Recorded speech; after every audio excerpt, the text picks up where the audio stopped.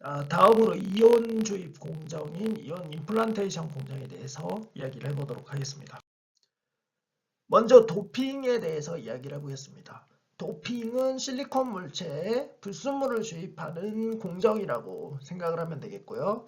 그래서 진성 반도체인 실리콘에 불순물을 주입하면 N타입 세미컨덕터 또는 P타입 세미컨덕터가 된다고 했습니다. 자, 반도체 물질의 가장 큰 장점이자 다른 물질과 비교해서 차이점이 뭐냐고 얘기를 했었죠. 여기서 다른 재료라는 거는 금속 물질 또는 절연 물질을 얘기하는 겁니다. 자, 우리가 첫째 시간인가요? 둘째 시간인가? 9주차, 10주차 때 컨덕티비티에 대해서 얘기를 했죠.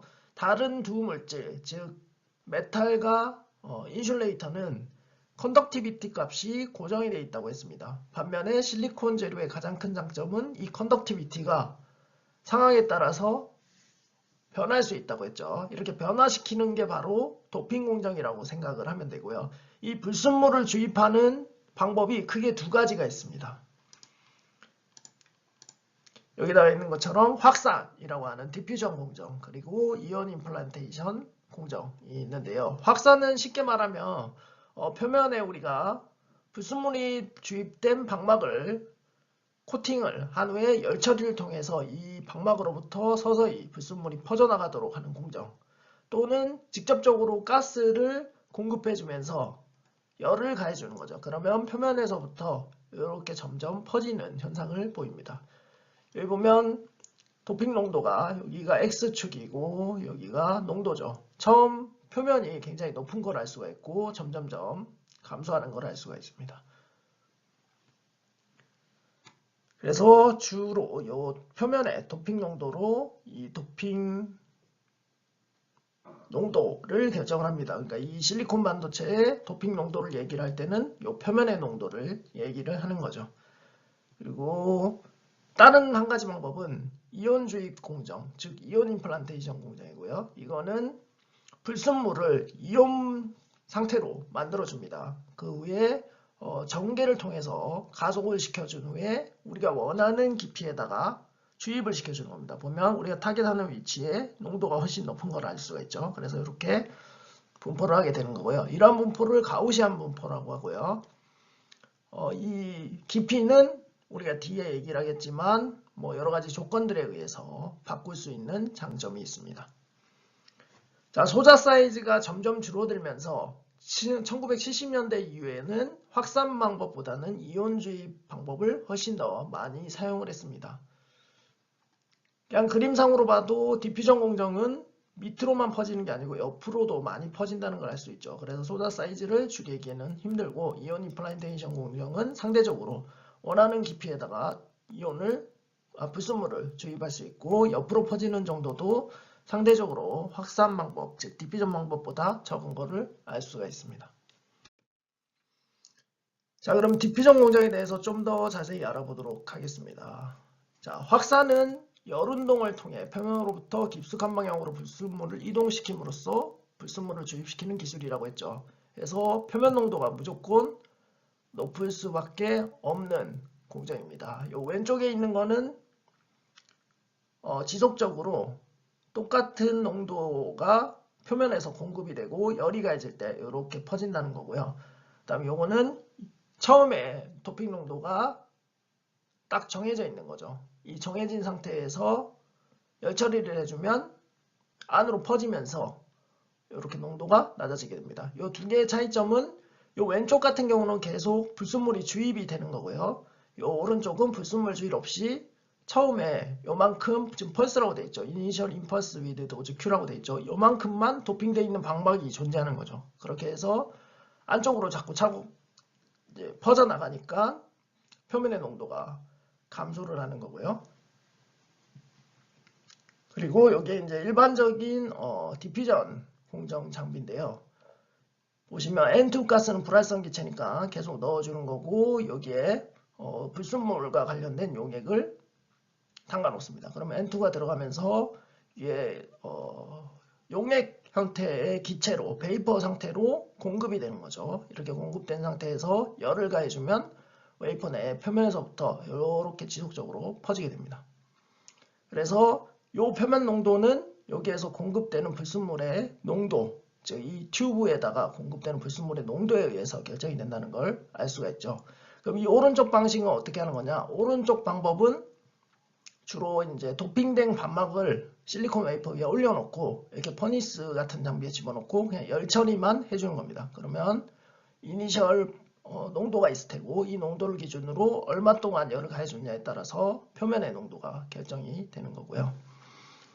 아까 앞에서 얘기했듯이 가장 큰 단점, 디퓨전 공정의 가장 큰 단점은 수평 방향으로도 추가적인 확산이 일어나서 우리가 원하는 크기보다 훨씬 더 큰 범위로 도핑된 영역이 확장된다는 게 문제입니다. 그래서 소자 사이즈를 줄이기가 어렵고 이 얘기는 집적도를 증가시키기가 어렵다는 얘기가 되죠.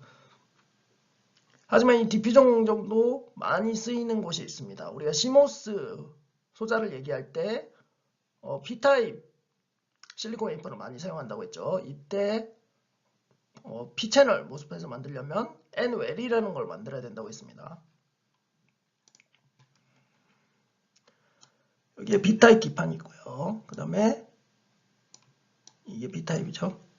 N-웰을 만들어줍니다. N타입에 굉장히 깊은 어떤 우물 같은 걸 만들어주고요. 여기에 소스 드레인을 P+로 도핑을 해주죠. 그리고 여기 옥사이드 올리고 게이트 물질 올리고 이렇게 해서 P채널 모스펫이 되는 거고 N채널 모스펫은 바로 여기에 N타입을 도핑을 해서 뭐 똑같이 옥사이드 올리고 메탈 올리고 N타입이 되는 거죠. 그래서 이런 웰을 형성할 때 디퓨전 공정을 많이 활용을 하고요. 이렇게 이제 주입해주면서 열 처리를 해주는 이런 공정은 요즘은 잘 쓰지는 않는 공정이고요. 자, 다음으로 이온 임플란테이션 공정에 대해서 이야기를 해보겠습니다. 한국말로는 이온 주입 공정이라고 하고요. 자, 우리가 도핑시키고자 하는 불순물 물질을 이온화 시킨 후에 수 킬로 일렉트론 볼트에서 수 메가 일렉트론 볼트에 전압을 인가해서 이 불순물 이온을 가속을 시키는 겁니다. 그러면 운동 에너지를 가지고 얘가 이동을 하겠죠. 그러고 나서 실리콘 웨이퍼에다가 강제로 주입을 시켜주면 이 에너지에 의해서 주입되는 깊이가 결정이 될 테고 이렇게 불순물이 실리콘 웨이퍼에 들어가는 기술을 얘기하는 겁니다. 자, 이 방법은 아까 얘기한 디퓨전 방법에 비해서 열 같은 게 가해지지 않죠. 그래서 수직 방향으로 우리가 가속시켜서 주입을 해주기 때문에 수평 방향으로 불순물이 퍼지는 게 거의 없다고 볼 수가 있습니다. 그래서 작은 소자의 사이즈를 만들기 유리하고요. 그리고 집적도를 향상시키기에 굉장히 큰 장점을 가지고 있습니다. 자, 옆으로 퍼진다는 얘기는 자, 이걸로 요 그림을 예로 들어 보겠습니다. 지금 이온 임플란테이션 공정을 통해서 이제 불순물이 계속 주입이 되고 있죠. 가속이 돼서. 그러면 이 부분은 막히고 이 부분에 이렇게 불순물이 들어가죠.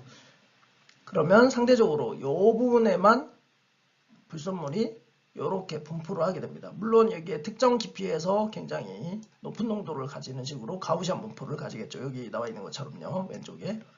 자, 여기 가속 전압이 높아지면 높아질수록 이 흡수되는 뎁스가 깊어지는 걸 알 수가 있죠. 그래서 이런 식으로 우리가 깊이를 조절을 하는 방법인데 상대적으로 옆으로 퍼지는 게 작다고 했죠. 반면에 디퓨전 공정을 활용을 하게 되면 우리가 열 처리를 해준다고 했습니다. 표면에서 계속 뭔가 가스가 들어가면서 열 처리로 이동을 하게 하는 거죠. 그러면 이 이온이 수직 방향으로만 움직이지는 않습니다. 그러니까 수평 방향으로도 움직일 수가 있죠. 우리가 외대층에서 비등방성, 등방성 특성을 얘기했죠. 그래서 디퓨전은 등방성 특성이라고 보면 되겠습니다. 그래서 밑으로도 퍼지지만 옆으로도 퍼지기 때문에 요 밑으로 퍼지는 것만큼 옆으로도 퍼지는 효과가 있습니다. 그래서 이렇게 도핑된 영역이 커질 수가 있죠. 그래서 소자 사이즈를 작게 만들기가 어렵다는 거고요. 요 위쪽에 보이는 게 이제 일반적인 이온 임플란테이션 장비인데 여기에 어떤 가스나 이런 걸 주입을 해주고 이온으로 만들어줍니다. 뭐 굉장히 큰 전압을 가해주고 있죠. 가해줘서 이온을 만든 후에 여기서 어떤 필터 같은 거를 통해서 우리가 원하는 이온만 걸러냅니다. 쉽게 말하면 그렇게 한다는 거고요. 그 다음에 여기에 지금 가속을 할 수 있는 영역이 있죠. 이 상태에서 우리가 정기적으로 가속을 시켜줍니다. 이온이기 때문에 차질을 띠고 있겠죠. 그래서 전압을 얼마를 가해주냐에 따라서 이 가속되는 정도가 달라지겠죠. 왜냐하면 F는 QE라는 식, 그리고 F는 MA라는 식이 있죠. 이 식에 의하면 일렉트릭 필드가 가해지면 가속도가 증가한다는 걸 알 수가 있습니다. 그래서 이온이 이렇게 가속이 돼서 어떤 렌즈 역할을 하는 곳을 이렇게 통과를 합니다. 다 통과를 하고 최종적으로 웨이퍼에다가 주입을 시켜주는 거죠. 그러면 운동 에너지를 갖고 있는 이온이 주입되면서 이 운동 에너지를 잃을 때까지 계속 웨이퍼 내에 이동을 하겠죠. 수직 방향으로. 그리고 에너지를 잃어버리면 멈추게 될 테고요. 그래서 가해주는 전압에 따라서 웨이퍼 내에서 최대 농도를 가지는 분포 범위가 깊이가 이렇게 변하게 되는 거고요. 이게 이온 임플란테이션의 원리입니다. 자, 그러면 이온 임플란테이션 공정의 장단점에 대해서 이야기를 해보겠습니다. 먼저 장점은 첫 번째로 언급되는 게 주입된 이온 농도의 정확한 조절이 가능하다는 거죠.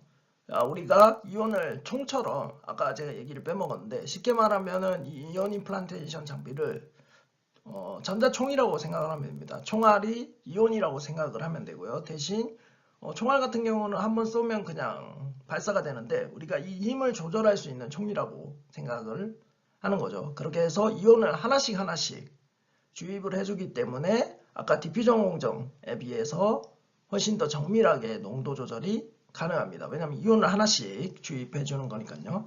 그래서 여기에 장점이 언급되어 있는 거고요.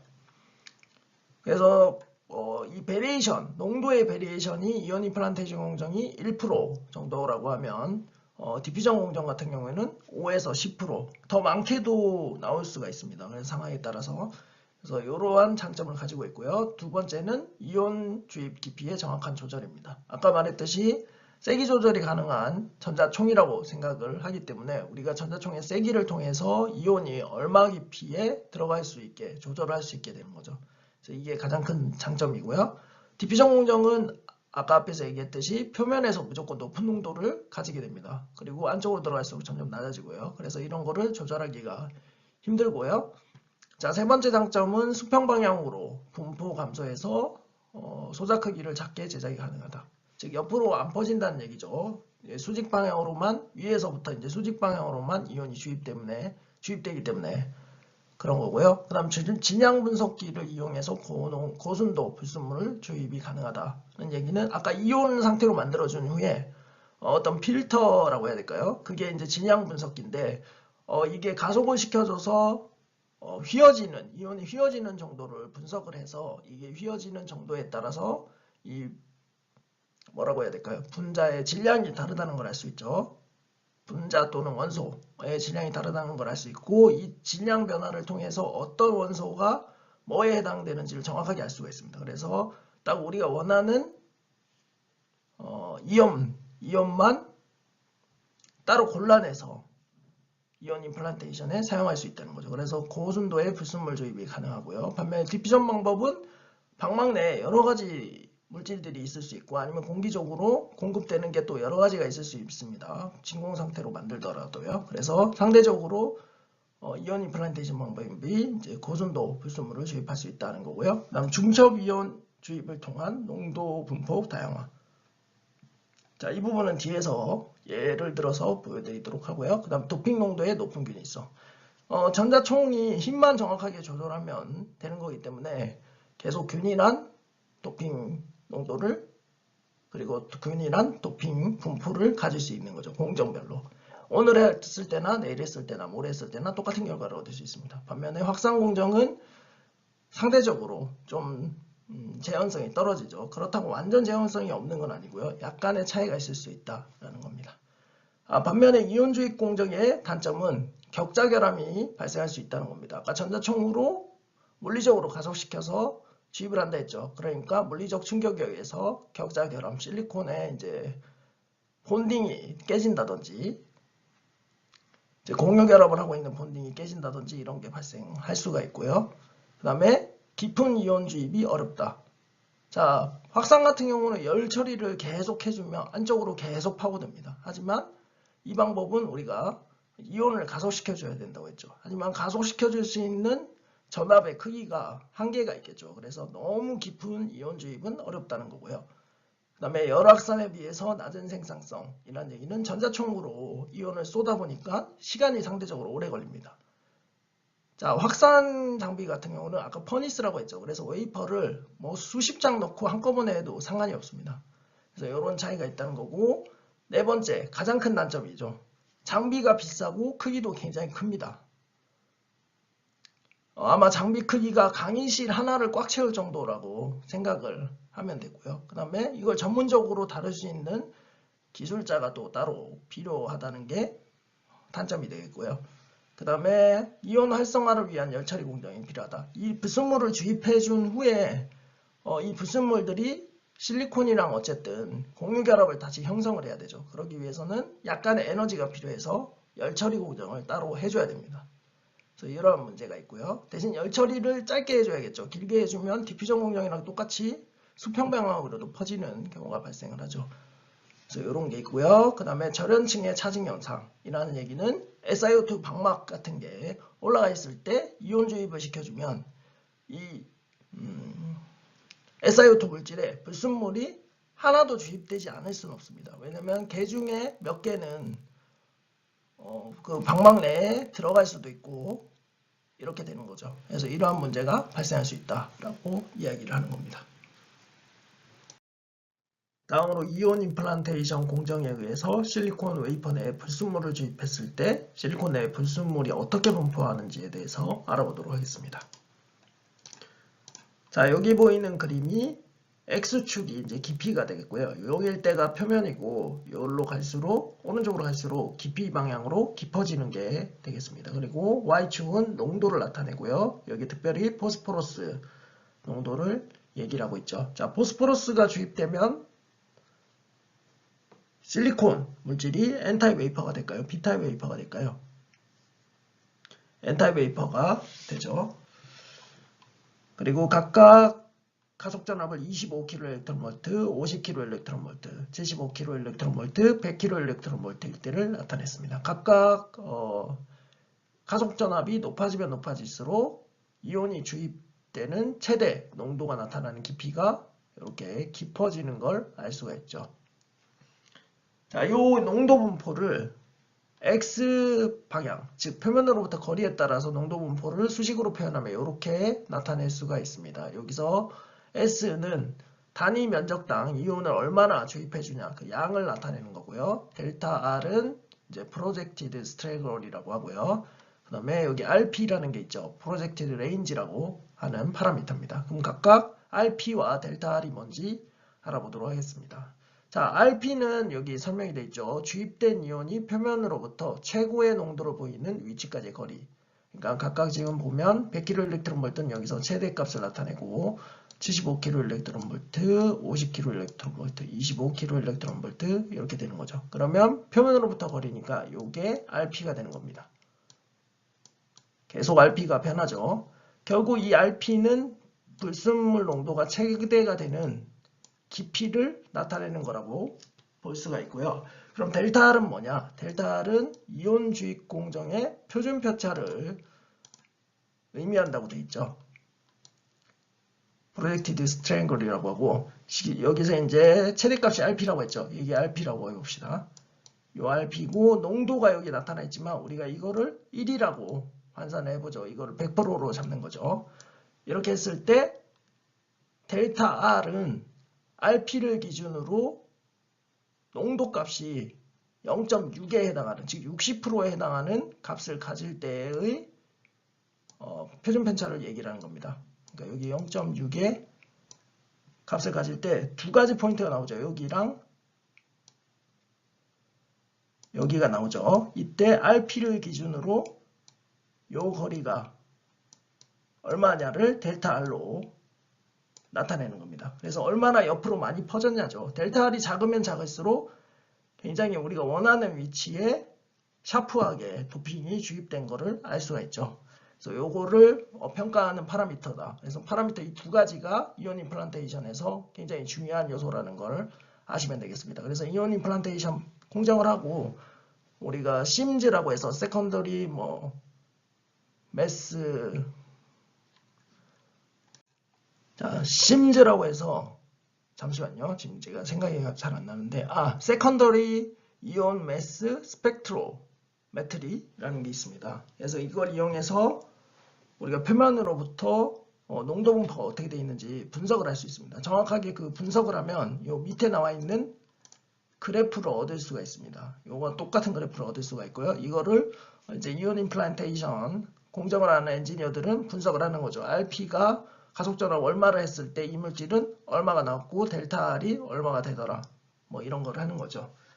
그래서 이 델타 R일 때 농도값은 10분의 1 값이 되는 거죠. 0.1의 값을 가질 수 있다는 거죠. 여기 1을 기준으로 했을 때 10분의 1이니까 0.1의 값을 가지는 위치가 되는 거고요. 3 델타 R이 되면 100분의 1 농도값을 가지는 위치가 된다고 되어 있습니다. 이 파라미터들을 잘 기억을 해주시고요. 자, 다음으로 이온 임플란테이션의 비이상적 특성인 이온 채널링 현상에 대해서 이야기를 해보겠습니다.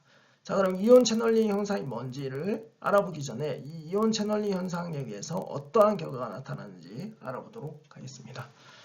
자, 여기 지금 왼쪽 그림에 보시면 웨이퍼 결정 방향이 111 방향일 때 이온을 주입해줬죠. 포스포러스 이온을 주입해줬을 때 이렇게 이상적인 경우에 가우시안 분포를 보입니다. 그런데 이거를 111 방향에서 조금 벗어나게 각도를 7도만 주는 거죠. 7도를 주게 되면 특정 깊이 이상에서 이렇게 원래 농도보다 더 높은 농도가 관찰되는 걸 알 수 있습니다. 그래서 이거를 익스포넨셜 테일이라고 한다고 되어 있고요. 익스포넨셜 테일이라고 하는 이유는 여기 지금 로그 값이기 때문에 익스포넨셜 테일이라고 얘기를 하는 거고요. 보면 한 오더나 두 오더, 그러니까 10배 또는 100배 정도 더 높은 농도를 보이죠.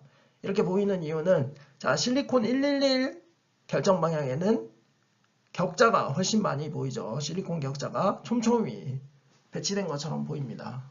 네, 이렇게 이온 주입을 해주면 이 이온들이 이 격자와 충돌하면서 에너지를 잃고 스탑 되는 거죠. 그렇게 해서 농도 분포가 이렇게 나오는 건데 111 방향에서 7도만 틀어줘도 이 이온들이 충돌해서 에너지를 잃는 이러한 격자 수가 상대적으로 적어지게 되죠. 그러면 좀 더 깊이 들어갈 수 있게 되는 거고요. 그래서 더 높은 농도가 나타나게 됩니다.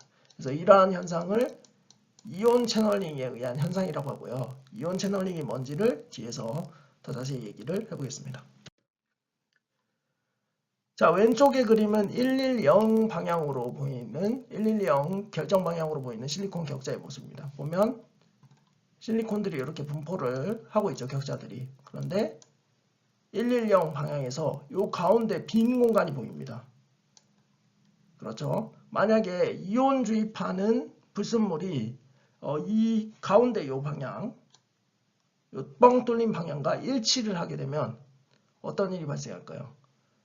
상대적으로 이 이온이 더 깊숙이 들어가겠죠. 왜냐하면 격자들이랑 충돌하지 않기 때문에 에너지를 상대적으로 적게 잃고요.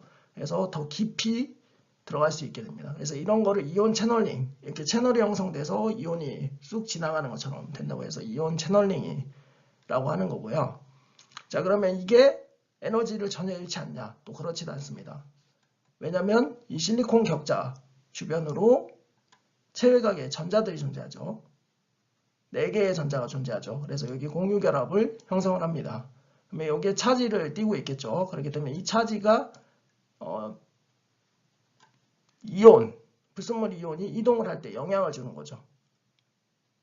정전기적 힘을 발생을 시켜서 에너지를 조금씩 뺏어갑니다. 그렇기 때문에 결국에 멈추긴 하는데 상대적으로 이 힘보다 실리콘 격자와 불순물이 충돌하면서 에너지를 잃어서 이온이 멈추는 게 더 크기 때문에 이 이온 채널링 현상이 발생하면 좀 더 깊은 방향까지 이온이 더 들어가게 되고 상대적으로 아까 보인 익스포넨셜 테일처럼 농도가 더 높게 나오는 현상을 보입니다. 그래서 채널드된 이온은 RP가 상대적으로 더 큰 값을 가진다고 되어 있죠.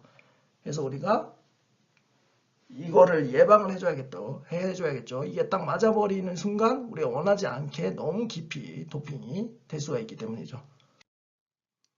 그래서 이런 이온 채널링을 막아주기 위해서 몇 가지 방법들을 사용을 합니다. 그게 세 가지 방법이 있죠. 첫 번째는 옥사이드 레이어를 표면에 증착을 시키는 거죠. 옥사이드는 이제 비정질이니까 상대적으로 보시면 충돌할 게 많이 있죠. 이렇게 많이 있죠. 그래서 너무 깊이 들어가는 걸 방지를 할 수가 있습니다. 두 번째 방법은 각도를 틀어주는 겁니다. 아까 뭐 7도만 틀어줘도 이온 주입이 상태가 많이 변한다고 했죠. 그 때문에 만약에 110 방향이나 100 방향에 결정 방향 가지고 웨이퍼가 있다면 이걸 약간 틸트 시켜주면 불순물이 주입될 때 훨씬 더 많은 이온들과 충돌을 할 수 있게 되는 거죠. 그러면 이온 채널링 현상이 발생을 하지 않습니다. 또 하나는 억지로 실리콘 표면에다가 데미지 표면을 만들어주는 겁니다. 어떤 아르곤 같은 이온들을 때려줘가지고 이 실리콘 격자들 사이에 결합이 깨지게 만드는 거죠. 그래서 이게 이제 비정제처럼 보이게 만들어서 불순물을 주입했을 때 이온 채널링 현상이 발생하지 않게 해주는 겁니다. 자, 그러면 이온 채널링 현상을 왜 발생시키지 않으려고 하느냐? 자, 우리가 소자 사이즈를 점점 줄인다고 했죠. 줄일 때 이온 임플란테이션을 주입을 하는데 당연히 N 타입 도핑된 영역 그리고 B타입 도핑된 영역이 깊지 않고 얇은 게 좋겠죠. 예를 들어서 모스펫을 만드는데 불순물을 주입하는데 소자 사이즈가 이게 점점점 감소를 하는데 이걸 굳이 깊이 이온 주입을 해줄 필요가 없죠. 왜냐하면 가우시안 분포로 이제 도핑이 이렇게 나오는데 그럼 요거를 상대적으로 깊게 해주면 열처리를 통해서 이거를 퍼뜨려야 된다는 얘기입니다. 왜냐하면 어차피 컨택은 여기서 하니까요. 그러니까 이쪽 방향으로도 커지겠죠. 그러면 영향이 커지니까 가능하면 표면에 가깝게 도핑을 하는 걸 원합니다. 소자 사이즈가 줄어들면 따라서.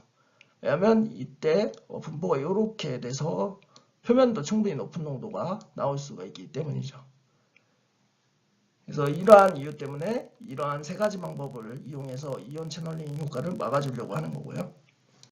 자, 다음으로는 임플란트 데미지입니다. 자, 우리가 이온 임플란테이션에서는 불순물 이온을 정기적으로 가속을 시켜서 운동 에너지를 가지게 해서 충돌을 시켜주는 형식으로 웨이퍼에다 불순물을 주입한다고 했죠. 그러니까 웨이퍼가 물리적으로 충격을 받았기 때문에 어떤 데미지된 표면이 생길 수가 있습니다. 그래서 뭐 비정제 상태가 된다든지 실리콘 웨이퍼 표면이 비정제 상태가 된다든지 아니면 그 공유 결합이 깨져서 디펙 같은 걸 형성할 수가 있겠죠. 소자 특성을 변화를 시킬 수가 있는 가능성이 있습니다. 자, 이 임플란트 데미지는 주입되는 이온의 무게에 따라서 좀 다른 경향성을 보입니다. 여기 보시면 라이트 이온인 보론이죠. 보론은 굉장히 원자 번호가 낮기 때문에 질량이 가볍죠. 그래서 요거를 주입해주면 이렇게 조금씩 데미지가 손상이 되는 걸 알 수 있죠. 중간중간 데미지가 손상되고 마지막으로 최종적으로 멈출 때 좀 큰 데미지를 입히게 됩니다. 그래서 좀 깊숙한 방향에 이렇게 손상된 영역이 나타나게 되고요. 가벼운 이온일수록요. 반면에 무거운 이온은 처음부터 큰 영역으로 손상을 일으킵니다. 이렇게 큰 영역으로 손상을 일으키죠. 그래서 이런 이온의 불순물 주입되는 이온의 무게에 따라서 이런 다른 경향을 보인다는 걸 알 수가 있고요. 이렇게 무거운 이온은 아세닉이 좋은 예가 되겠습니다. 자, 불순물 주입의 결과로 아까 손상된 영역들이 관찰이 된다고 했습니다. 그러면 이런 손상된 영역이 발생하면 어떤 문제가 생기냐? 소자에서 이동도가 감소를 하죠. 왜냐하면 트랩들이 생기게 되는 거고 거기에 격자들이 랜덤하게 배치되죠. 그래서 이동도가 떨어지고 캐리어 라이프 타임, 즉 마이너리티 캐리어, 그러니까 N타입일 때는 홀이고 B타입일 때는 전자죠. 이런 마이너리티 캐리어들이 빨리 재결합을 통해서 없어질 수가 있습니다. 트랩들이 많이 존재하니까요. 그래서 이런 거를 대부분 없애주기 위해서 사용하는 공정이 어닐링 공정입니다. 어닐링 공정은 이제 열처리 공정이라고 하고요.